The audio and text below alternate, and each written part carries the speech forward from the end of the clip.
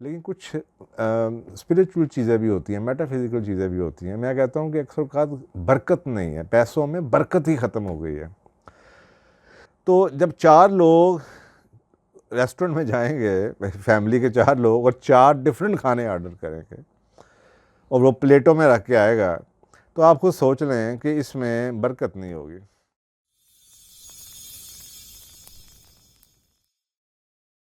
औज़ु बिल्लाहि मिनश्शैतानिर्रजीम, बिस्मिल्लाहिर्रहमानिर्रहीम। आज हमारे 2-3 सवाल हैं।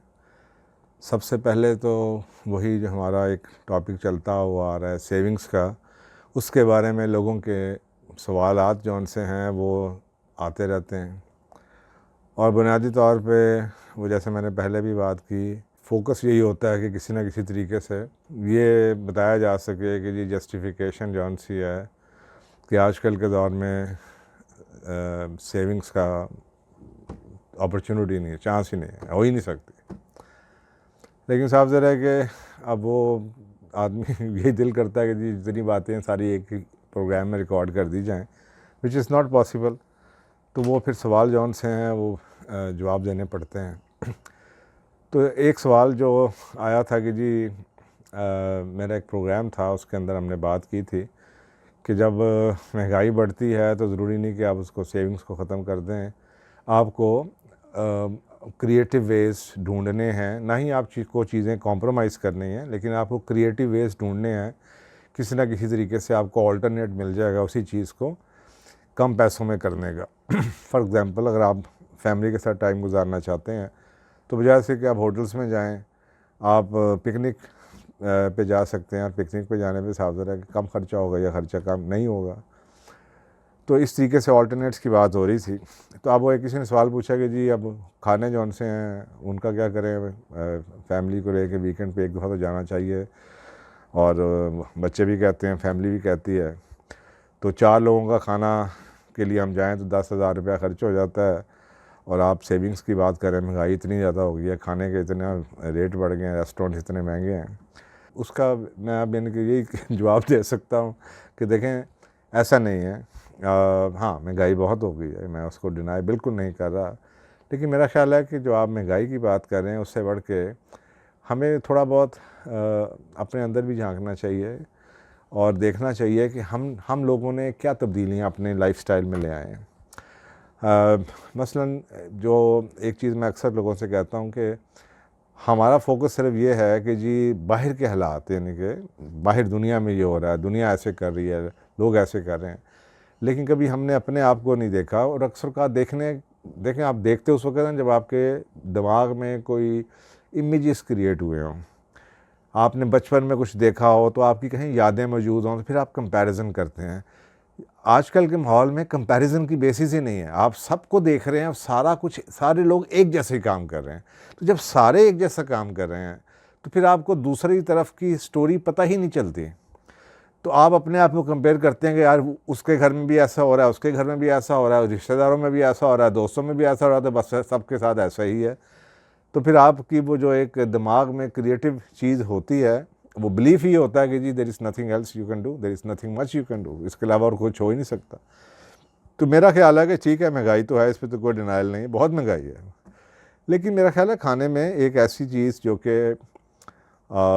एक मटीरियल चीज़ होती है ना, पैसे तंगी हो गई कि जी कीमत बढ़ गई है, लेकिन कुछ स्पिरिचुअल चीज़ें भी होती हैं, मेटाफिज़िकल चीज़ें भी होती हैं। मैं कहता हूँ कि अक्सर औक़ात बरकत नहीं है, पैसों में बरकत ही ख़त्म हो गई है। तो इसी तरीके से खाने के अंदर भी बरकत ख़त्म हो गई है। तो अगर हम नहीं खाना बाहर जाना छोड़ सकते, तो कम से कम हम ऐसी जगह ऐसी चीज़ें तो कर सकते हैं जिससे हमारे जो हम कर रहे हैं उसके अंदर बरकत पैदा हो जाए। और बरकत के मानी अगर आप देखें तो ये इसके मानी जो से हैं वो इंक्रीज़ के हैं, यानी कि किसी चीज़ को बढ़ा देना। और ये टेंजिबल भी होता है और ये इनटेंजिबल भी होता है। मसलन पैसे बढ़ जाएं, वेल्थ बढ़ गई है, लेकिन अगर इममटीरियल की बात करें तो आप कहते हैं कि बरकत, टाइम में बरकत आ गई है। इनके पैसे में तो चलें आप गिन लेंगे, लेकिन टाइम तो नहीं बढ़ सकता ना।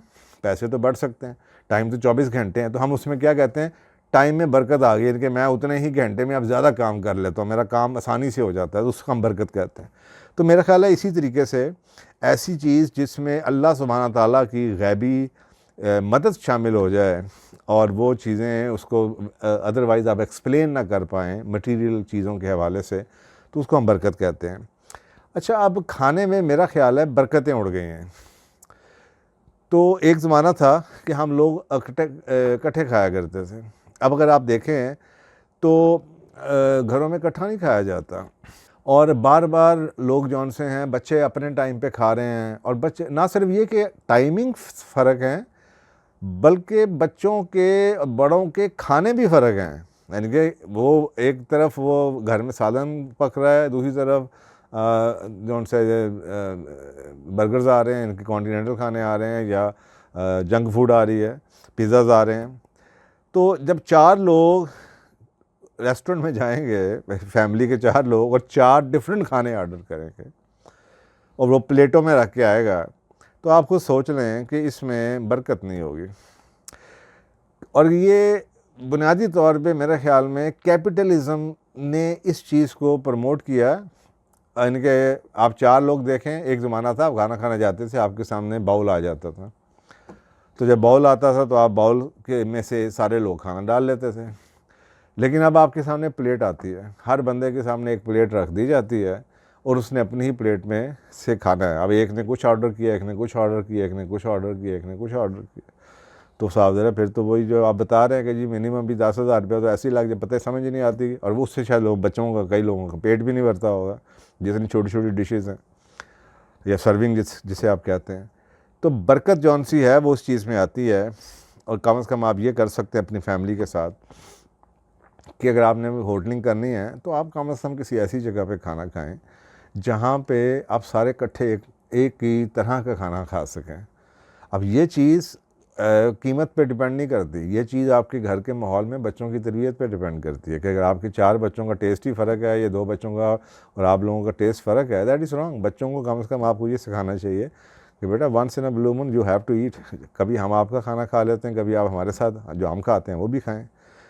तो इस तरीके से रसूल, और इसके ऊपर ये जो ऐसी बात कर रहा हूँ ये ऐसी नहीं कर रहा मैं, एक इसके ऊपर हदीस है, रसूल पाक सल्लल्लाहु अलैहि वसल्लम ने फरमाया कि बरकत जौन सी है वो इकट्ठे खाने में है। मुझे याद पड़ता है हमारे जो बुज़ुर्ग हुआ करते थे, दादा वगैरह, वो अकेले इकट्ठे खाना खाया करते थे, अकेले खाना नहीं खाते थे। यानी खाना पड़ा होता था, वादे लगाते थे भाई आ जाओ आ जाओ, और अगर कोई नहीं होता था तो गली से किसी को वर्ड के साथ बिठा लेते। तो इकट्ठे खाने खाने का रिवाज था, अकेले खाने खाने का रिवाज ही नहीं था। लोगों के गले से, हलक से खाना नहीं उतरता था। तो आजकल हम अकेले अकेले खा रहे हैं, तो अकेले खाने में बरकत। तो एक तो ये कि इकट्ठे खाना खाएँ। दूसरी तरफ रसूल पाक सल्लल्लाहु अलैहि वसल्लम ने, सही मुस्लिम की एक हदीस है 2059, कि रसूल पाक सल्लल्लाहु अलैहि वसल्लम ने फरमाया कि एक आदमी का खाना 2 के लिए, 2 का खाना 4 के लिए, और 4 का खाना 8 के लिए काफ़ी है। लेकिन फिर वही बात है कि ये कैसे काफ़ी होगा अगर हर बंदे ने अपनी अपनी प्लेट मंगवाई हुई है, हर एक ने अपना सेपरेट ऑर्डर किया हुआ है, तो फिर तो ये हदीस वैलिड नहीं होगी, क्योंकि आप लोगों ने खाना ज़्यादा खाया हुआ। लेकिन अगर आपने इकट्ठा खाना पकाया हुआ है, जिसे आप सालन कहते हैं, या आपने करी मंगवा ली है, या आपने देसी खाना कुछ इस तरीके से मंगवा लिया है, कोई कढ़ाई बनवा ली है, तो वो ईजीली 2 लोगों का खाना, 3 लोगों का खाना आप देखेंगे कि 5 लोग 6 लोग खा लेंगे। तो all I am saying is कि ज़रूरी नहीं है कि आपने होटलिंग को बंद करना है। आप उसमें कम से कम जो इस्लामी तरीके बताए जाते हैं, आप ये भी देखें कि उसके अंदर आप बरकत कैसे लेके आ सकते हैं। दूसरी बात, एक तो ये हो गया कि जी खाना एक जैसा खाएं और इकट्ठे बैठ के खाएं। दूसरी बात ये हो गई है कि मॉडरेशन में ऑर्डर करें। अच्छा, अब कैपिटलिज़म में क्या होता है, आपने देखा होगा कि इवन के जो आपके रेस्टोरेंट्स में जाएं, होटल्स में जाएं, तो वेटर भी इस चीज़ के ऊपर उन्होंने ट्रेन किए होते हैं कि वो आपको प्रेशर करते रहते हैं, आपको प्रेशराइज़ करते रहते हैं कि जी और आप अक्सर औक़ात प्रेशर में आके, पीयर प्रेशर में या सोशल प्रेशर के अंदर आके ज़्यादा खाने से ज़्यादा, लोगों से ज़्यादा ऑर्डर कर देते हैं। मसलन आप ने जनाब पहले स्टार्टर ऑर्डर कर दिया, फिर आपने जनाब सूप भी ऑर्डर कर दिया, सूप के साथ आपने क्रैकर्स भी मंगवा लिए, उसके बाद आप जब मेन खाने की बारी आई तो आप ये भूल जाते हैं कि ये लोग सूप पी चुके हैं, ये खाना भी खा चुके, ये क्रैकर्स भी खा चुके हैं। आप साफ ज़रा है कि जिस्म की खाने की, पेट की, स्टमक की कैपेसिटी तो वही है। अब जब आप खाना मंगवा रहे हैं और आप फिर सोच रहे हैं कि जी 8 लोग हैं और 8 ने खाना है, अब आप सोच लीजिए कि अब 8 नहीं रहे, क्योंकि इनके अंदर थोड़ी थोड़ी पेट भर चुका है इनका, तो अब आप 6 का खाना मंगवाएंगे। लेकिन होता ये है कि हम उस 8 की बजाय फिर 10 का मंगवा लेते हैं। उसके बाद हम फिर ये भूल जाते हैं कि अभी हमने डिज़र्ट भी ऑर्डर करना है, उसके बाद हमने कहवा भी पीना है, चाय भी पीनी है, आइसक्रीम भी खानी है। तो हमने खाना ज़ाया करना शुरू कर दिया। मॉडरेशन में हम ऑर्डर नहीं करते, हम तरह तरह की चीज़ें मंगवा लेते हैं ये सोचे बगैर। और ये जो हमारी लालच है ना, ग्रीड, ये हमें एक्सेस फूड ऑर्डर करवा देती है कि उस वक़्त जब भूख लगी होती है तो लगता ये है कि हम बहुत खा लेंगे, हम बहुत भूखे हैं। लेकिन जब खाना खाना शुरू करते हैं, जब सामने आ जाता है तो वो इतना खाया नहीं जाता, फिर चीज़ें वेस्ट होती हैं, ज़ाया होती हैं। और वो आपको पता है कि वेस्टिंग के बारे में, ये जो खाने का ज़िया है, आप कहीं भी चले जाएँ, शादियों में चले जाएँ, आप कहीं चले जाएँ, लोग इतना खाना ज़ाया करते हैं, प्लेटें ऐसे ऐसे भरी होती हैं, उसके बाद जब खा लेते हैं तो देखते हैं उस वक्त खाया नहीं जाता। फिर एक टाइम आता है कि सिलेक्शन शुरू कर देते हैं बोटियों की, अच्छा ये वाली अच्छी वाली बोटी खा ली है, अच्छा मैं चिकन खा लेता हूँ, ये कबाब छोड़ देता हूँ। तो जस्ट इमेजिन कि ग्रीड, दुनिया में इतनी ग्रीड नहीं है। मैं अपने इस कल्चर में बड़ी अच्छाइयाँ, लेकिन कई चीज़ें ऐसी हैं जो कि समझ से बाहर हैं कि यार हम इतने लोग पढ़े लिखे लोगों को के अंदर भी मुझे ये चीज़ नज़र आती है। इतनी प्लेट भर लेंगे जैसे पता नहीं खाना ख़त्म हो जाएगा। तो वो ज़िया करना, मॉडरेशन में ऑर्डर करें। और इसके ऊपर हदीस है, सॉरी कुरान पाक की आयत है कि अल्लाह सुब्हानहू ताला कह रहे हैं खाओ पियो और हद से ना निकलो, क्योंकि अल्लाह ताला हद से निकलने वालों को पसंद नहीं करता। तो खाने और पीने पे पाबंदी नहीं है, हद से निकलना, यानी कि आप प्रेशर में आके लोगों के लिए, अपना इज़्ज़त बढ़ाने के लिए, टका बढ़ाने के लिए, अपनी दौलत का इज़हार करने के लिए आप मॉडरेशन की हद को क्रॉस करके ऑर्डर कर रहे हैं। आप एक्सेसिव खाना मंगवा रहे हैं, जो कि आपको भी पता ज़ाया नहीं होना, लेकिन सिर्फ शोबाजी के लिए मंगवा रहे हैं। और यही इसका, और कई आयात के अंदर ये भी है कि ये जो एक्सेसिस है, यानी कि जब आप इसराफ़ करते हैं, और ये शैतान आपसे इसराफ़ करता, तो जब आप शैतान अंदर इनवाइट हो गया तो साफ ज़रा फिर अब उसमें बरकत ख़त्म हो गई। तो खाओ और पियो और हद से ना निकलो, बेशक अल्लाह हद से गुज़रने वालों को पसंद नहीं करता। तो 2 बातें हो गई। तीसरी बात यह है कि अल्लाह सुब्हानहू ताला का नाम लेके खाना खाएं। आपने अक्सर का देखा होगा कि रेस्टोरेंट्स के अंदर ना इन्वायरमेंट, क्योंकि मैंने भी रेस्टोरेंट इंडस्ट्री में काफ़ी काम किया है, रेस्टोरेंट्स के अंदर इन्वायरमेंट ऐसा क्रिएट किया जाता है, गाने लगे होंगे, शोर शराबा हो रहा होगा, और इसके ऊपर स्टडीज़ हैं कि लोग भी और जानवर भी जब फास्ट टेम्पो हो ना पीछे, तो फास्ट टेम्पो के म्यूज़िक में ज़्यादा खाते हैं, स्लो टेम्पो के म्यूज़िक में कम खाते हैं। अब साफ रही स्टडी का मैं एक रेफरेंस दे रहा हूँ। तो एक तरफ तो ये कि आप अल्लाह सुब्हानहू ताला का नाम लेना भूल जाते हैं ऐसे माहौल के अंदर, और पता नहीं उस ऐसे माहौल के अंदर इतने शोर शराबे में जहाँ पे गाने लगे हुए हैं और जो नफसा नफसी का आलम पड़ा हुआ है, वहाँ पे आपको अल्लाह का नाम याद भी आता है कि नहीं आता। लेकिन अगर आप वहाँ पे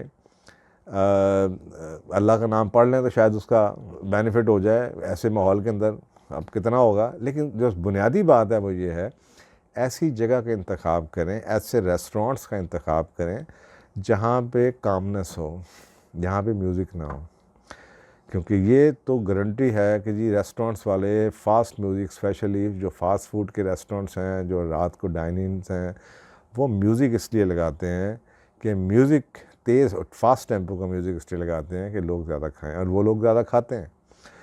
तो ये एक तीसरी बात होगी कि अल्लाह का नाम, और ऐसी जगह का इंतखाब करें जहाँ पे आप खामोशी से खा सकें, इतना शोर ज़्यादा ना हो। इसके ऊपर एक हदीस में आपको सुना दूँ कि रसूल पाक सल्लल्लाहु अलैहि वसल्लम ने फरमाया, और ये बुखारी शरीफ की हदीस है 5394, कि आप सल्लल्लाहु अलैहि वसल्लम ने फरमाया कि जो मोमिन है वो एक आंत से खाता है, जबकि जो काफिर हैं वो 7 आंतों से खाते हैं, कि दे ईट मच मोर।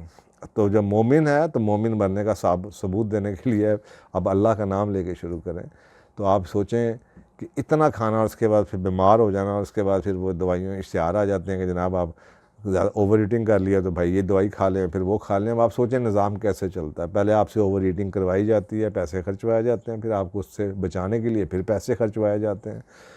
तो ये सिस्टम ऐसे ही, ये कैपिटलिज़म जो चलती है ये ऐसे ही चलती है कि पहले आपको आपके हाथों से ही, पैसों से ही आपसे गलत फ़ैसले करवाए जाते हैं, आपसे आपको बीमार किया जाता है, उसके बाद फिर उन्हीं आपसे पैसे लेके आपको ठीक करने के लिए पहले मोटा किया जाता है, फिर आप पतले होने पे पैसे खर्च करते हैं। पहले आपको वो लाइफस्टाइल दे दिया जाता है जो कि गलत है, सेहत जिससे सत्यानाश फिर जाती है। उसके बाद फिर वही आ जाएंगे आपको पैसे लेके लाइफस्टाइल की चेंज करने की तरबियत देने के लिए या आपको प्रमोट करने के लिए कि भाई लाइफस्टाइल चेंज करें।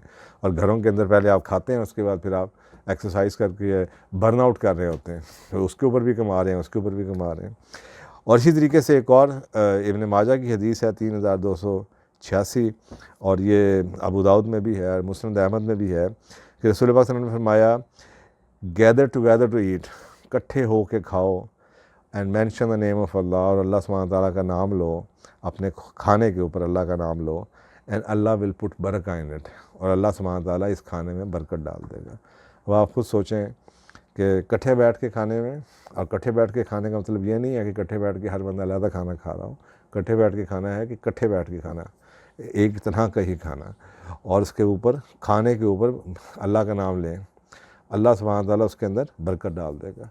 तो ये एक सोचा मैंने कि यार, मैं अब सवाल मुझसे पूछा जाता है, आई एम नॉट सेइंग, मैं बिल्कुल ये नहीं कह रहा कि आप खाना खाना बाज़ार छोड़ दें और इतने आप सेविंग करना शुरू कर दें कि आप अपना वो कर दें, लेकिन हर चीज़ का ऑल्टरनेट देखें। आप ये ज़रूर देखें कि हम गलतियाँ क्या कर रहे हैं। हमारी जो लाइफ है वो जो बन चुकी है वो एक सर्टन बिलीफ बन चुका है, हमें किसी ने दूसरा पॉइंट ऑफ व्यू दिया ही नहीं, हम उसी पॉइंट ऑफ व्यू को लेके चलते हैं। जैसे यस और नो, जैसे कहते हैं, मैं अक्सर बात कहता हूँ इंसान भी रोबोटिक्स बन गए, रोबोट्स बन गए, उनको भी भूल गया है कि यार यस और नो के दरमियान, वो अक्सर कहा करते थे कि यार ब्लैक एंड वाइट के दरमियान there are several shades of grey, कि एक काला है एक सफ़ेद है, लेकिन उसके दरमियान में सैकड़ों रंग जौन से हैं वो ग्रे के शेड्स भी होते हैं।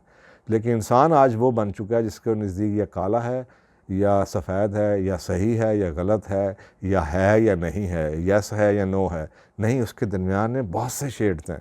इसका मतलब है उसके दरमियान में बहुत से रास्ते हैं, बहुत से तरीके हैं, बहुत कुछ आप कर सकते हैं, लेकिन उसके लिए आपको पता होना चाहिए कि वो तरीके क्या हैं, और दीन हमेशा आपकी हेल्प करेगा उन तरीक़ों तक पहुंचने के लिए।